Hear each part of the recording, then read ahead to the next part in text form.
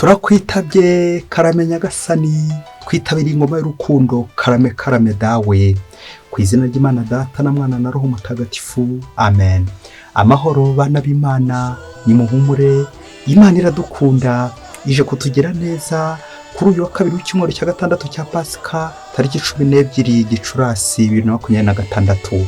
Dore amasomo agiye kuduhuza n'ab'ijuru. Iyi somo rya mu gitabo cy'ibyakozwe n'intumwa, umutwe wa 16 umurongo 22 kugeza ku 34. Muri iyo minsi mu mujyi wa Filipi, rubanda nabo bahagurukira Paulo na Silasi. Nuko abacamanza babashishimurira imyambaro, bategeka ko babakubita ibiboko. Bamaze kubarema inguma, babajugunya mu buroko, bategeka umurinzi kubarinda byitayeho. Umurinzi ngo abone ko ahawe itegeko rikomeye, abashyira mu nzu yo hirya cyane, amaguru yabo yaboheye ku biti. Ahagana mu gicugu Paulo na Silasi barasenga, baririmba ibisingizo by'Imana, izindi mfungwa zibateza amatwi. Nuko ako kanya haba umutingito ukomeye ku isi, imfatizo z'uburoko ziranyeganyega, imiryango yose ihita yikingura, iminyururu yaboshye imfungwa zose iracikagurika. Umurinzi w'uburoko akangutse, abona imiryango yose ikinguye, yibwira ko imfungwa zacitse, niko gukura inkota ashaka kuyica. Ariko Paulo atera hejuru cyane, aramubwira ati, uramenye ntiwigirire nabi, twese turi hano. Nuko uwo murinzi asaba urumuri, yinjira ahinda umushyitsi, maze yikubita imbere ya Paulo na Silasi. Hanyuma arabasohokana no hanze, arababaza ati, bategetsi banjye, ngomba gukora iki kugira ngo nkire? Baramusubiza bati, wemere nyagasani Yezu uzakiraho n'urugo rwawe. Nuko bamubwira ijambo rya nyagasani, we nabo mu rugo rwe bose. Ako kanya muri iryo joro arabajyana, yuhagira inguma zabo, ahera ko abatizwa hamwe n'urugo rwe rwose. Hanyuma ajyana Paulo na Silasi we arabazimanira, yishimana nabo mu rugo rwe bose kubera ko yemeye Imana. Iryo ni ijambo ry'Imana. Zaburi 138. Uhoraho ndengeye ubigirisha ububasha bwawe. Uhoraho ndakogeza n'umutima wanjye wose, ndakuririmbira imbere y'ab'ijuru bose, mfukamye nerekeye ingoro yawe ntagatifu. Ndogeza izina ryawe kubera impuhwe zawe n'ubudahemuka bwawe, kuko warangije amasezerano yawe, bigatuma ubwamamare bwawe burushaho kugaragara. Umunsi nagutakiye waranyumvise, maze urampumuriza unyongerera imbaraga. Indyo yawe ituma nsinda, bityo Uhoraho azankorera byose. Uhoraho, impuhwe zawe zizahoraho ubuziraherezo, ntuzatererane uwo waremesheje ibiganza byawe. Uhoraho ndengeye ubigirisha ububasha bwawe. Nyagasani Yezu nabane namwe. Amagambo mu Ivanjili ntagatifu ko yanditswe na Yohani, umutwe wa 16 umurongo wa 5 kugeza kwa 11. Muri icyo gihe Yezu agiye kuva kuri isi ngo asange se, abwira abigishwa bati, ubu rero nsanze uwantumye, none muri mwe ntawumbaza uti ugiye he? Ubwo mbabwiye ibyo umutima wanyu wuzuye ishavu, ariko mbabwira ukuri, ngiye byabagirira akamaro, kuko ntagiye umuvugizi ntiyabazamo, ariko ningenda nzamuboherereza. Kandi namara kuzazereka abisaho icyaha cyawo kiri, naho ubutungane buri, n'urubanza uko ruteye. Azabereka icyaha cyabo kuko batanyemeye, azaberekaho ubutungane buri, kuko ngiye kwa Data kandi mukamutakimbonye. Azabereka ko urubanza ruteye, kuko umutware w'isi yaciriwe urubanza. Iyo ni Ivanjili ntagatifu. Bayoboke b'Imana nimugira amahoro. Aha tugeze ni kuri buri munsi. Fungura buri munsi, ufungure buri munsi, ufungurire abandi buri munsi, ijambo ry'Imana buri munsi, ineza y'Imana buri munsi. Buri munsi wakira agakiza ka Nyagasani, buri munsi wakira umucyo wa Nyagasani, buri munsi ukire, ukizwa na Nyagasani ku neza ye. Amasomo twateguriwe afite intego remezo igira iti, ngomba gukora iki kugira ngo nkire? Icyo kibazo ni wowe nanjye kibajijwe. Ngomba gukora iki? Nawe ukibaze, kuko twese dukeneye umukiro w'Imana. Hari ubwo tugera ahantu tukavuga duti narashyikiriye, twaradamaraye dawe, twakugizeho ubutoni, turabatoni bawe, ariko tukaza kwegera ko tutarageraho shitani atatera ibuye. Niyo mpamvu dukoresha imbaraga za buri munsi, effort, tugashyiramo imbaraga, tujya gushakashaka Imana. Uramutse uvuze ko urambitse, waba wibeshye.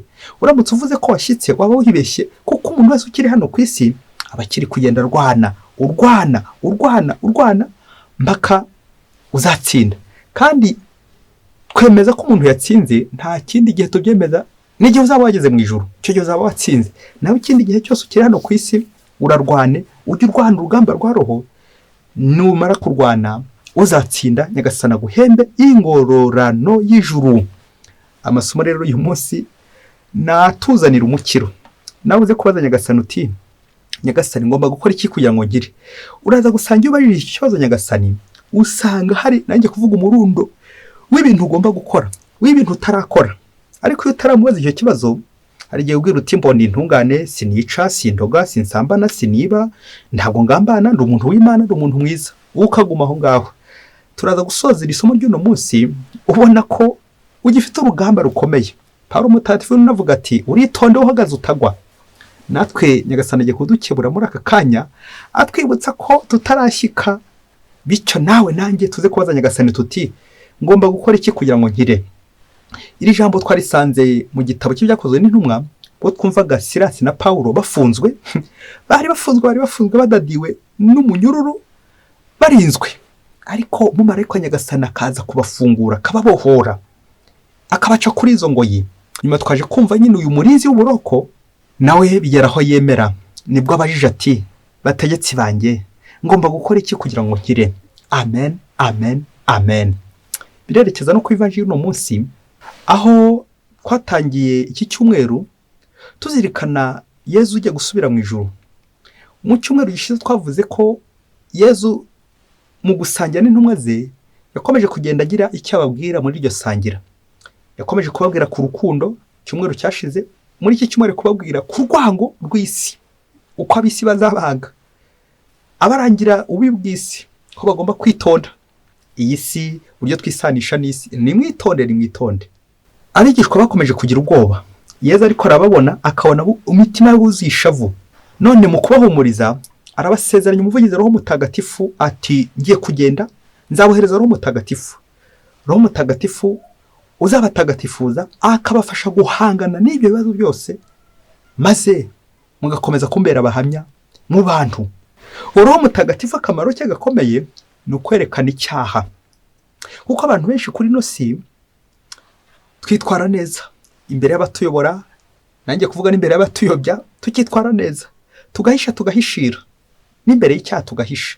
Ariko Roho nyir'ukuri naza azereka isi ububi bwabo, yerekane icyaho giherereye, atangaza urumuri, atangaza ukuri. Ngaho akamaro ka Roho Mutagatifu. Nguko gukingura uburoko, nguko gukira, ugakira kandi ugakiranuka. Na niyo mpamvu nawe wongera kwireba mu mutima, urebe niba utari muri abo bari mu isi Yezu ari gutubwira, bityo baze nyagasani uti nyagasani ngomba gukora iki kugira ngo ngire. Twongere dutekereze ku ntumwa uburyo zakoraga ubutumwa. Ibintu bine byarangaga ubutumwa bw'intumwa. Icya mbere kwabaga ari ukwigisha, inyigisho, instruction.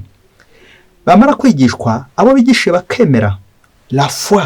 Iyo bamaraga kwemera barabatizwaga. Bamara kubatizwa nyine ku nshuro ya 4 bakaba barakize. Nawe wongere urebe, ese izo etape zose zinyuzemo, izo nzira zose wazinyuzemo, iby'Imana urabizi, wamenye Kristu. Hanyuma ikizabyerekana ntabwo ari uko wabatijwe, ntabwo ari uko wakomejwe, ntabwo ari uko wahawe amasakaramentu, ahubwo ubuzima urimo. Ubuhamya bw'ubuzima bwawe bwerekana ko Kristu ari muzima wawe. Naho kubivuga byo ntawe utashobora kubivuga, ahubwo hasigaye kubikora. Kora ndebe irutavuga numve, baho ndebe ikabanziza byose. Nyagasani mutegetsi wanjye ngomba gukora iki kugira ngo nkire?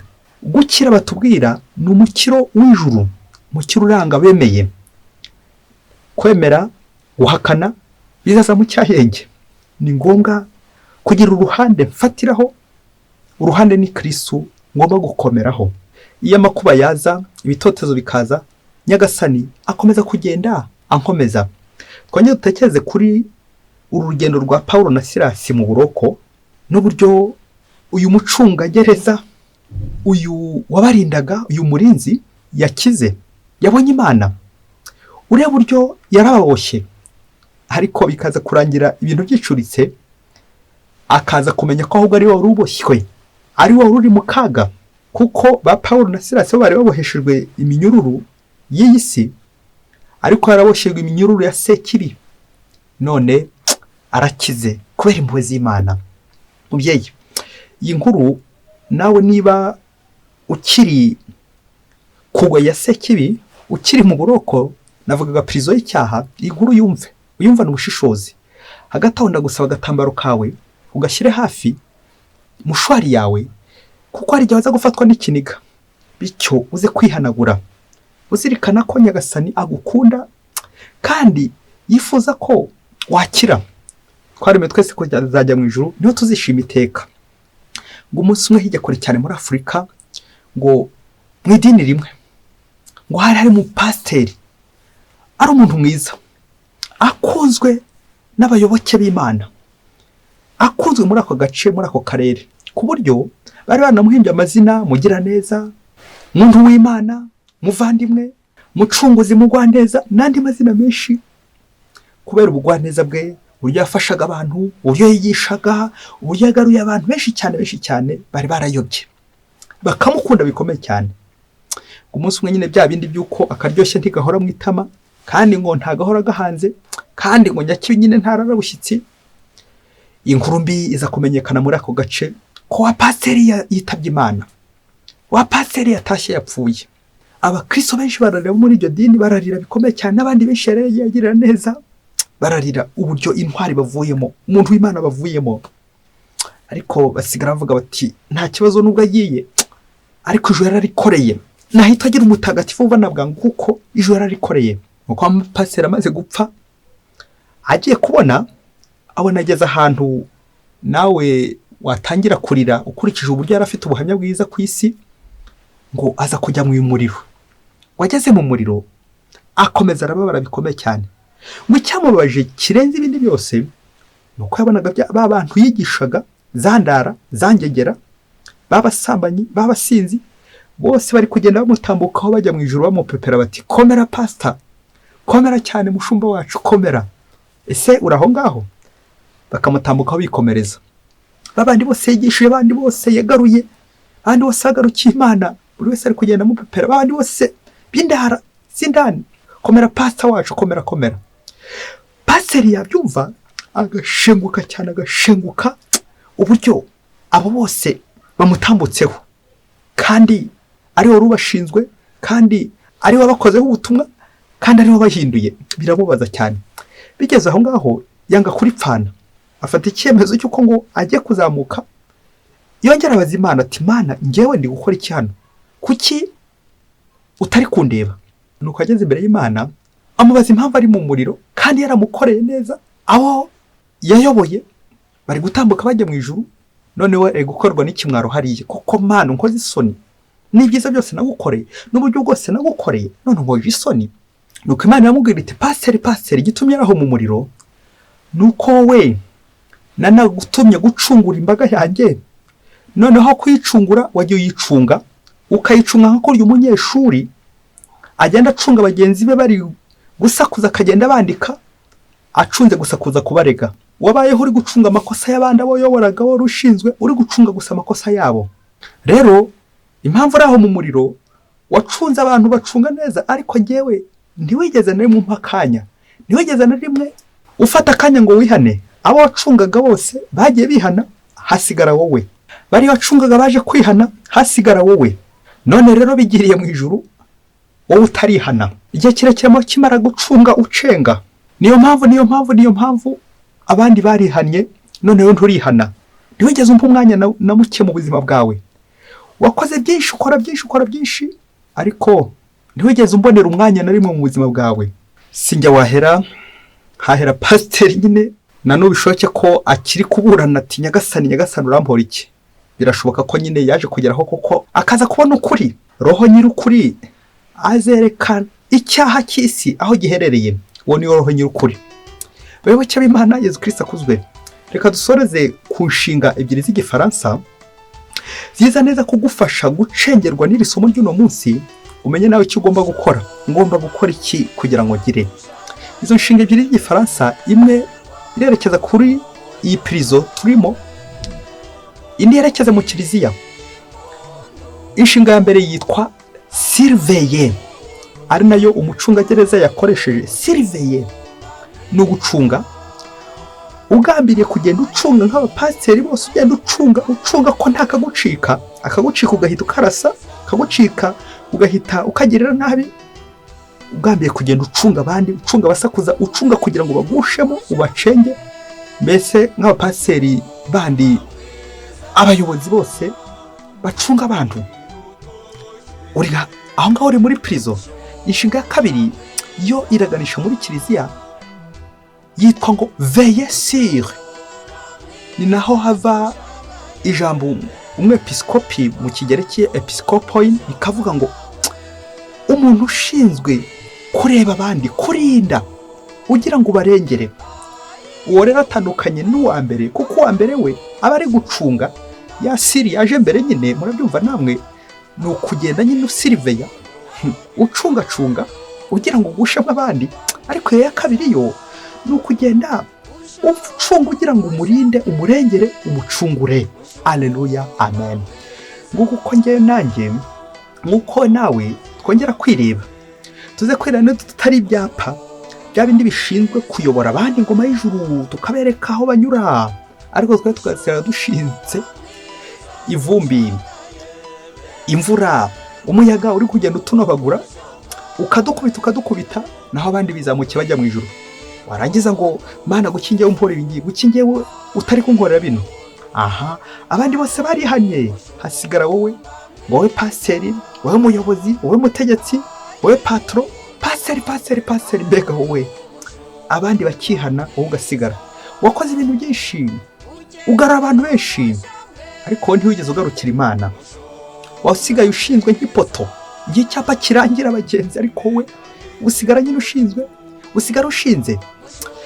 Twongere tuze kwisuzuma natwe, wasanga natwe tumeze nk'ibi byapa, wasanga natwe turi abapasiteri dushinzwe abantu, tumeze nk'umurinzi w'uburoko, ariko uboshya abantu. Hari abantu waboshye, hari abantu utarabohora, hari abakiri mu buroko. Igihe rero nikigera, nawe uzabaze nk'uyu murinzi w'uburoko uti, Nyagasani mutegetsi wanjye, nkora iki kugira ngo ngire? Nawe uze gufata umukoro, wicare mu kiliziya, hahandi tugomba gucungurirwa, hahandi hari umukiro, hahandi Yezu Kristu ari, wicare imbere y'isakaramento ubureze uti, Yezu ngomba gukora iki kugira ngo ngire? Yezu araza gukubwira, akubwira ububi bwawe, kuko Roho w'Imana araza gukumurikira, akumvishe amakosa yawe yose, maze nawe ureke Nyagasani kwigarurire. Nyagasani unyigarurire, maze ngende neza mu nzira zawe, nkureke unkoresha ugushaka kwawe, maze aba ari wowe unkiza ku neza yawe. Wese Imana ibaho umugisha. Imana Data na Mwana na Roho Mutagatifu, amen. Padiri Masumbuko Ladislas wa Diyosezi ya Cyangugu.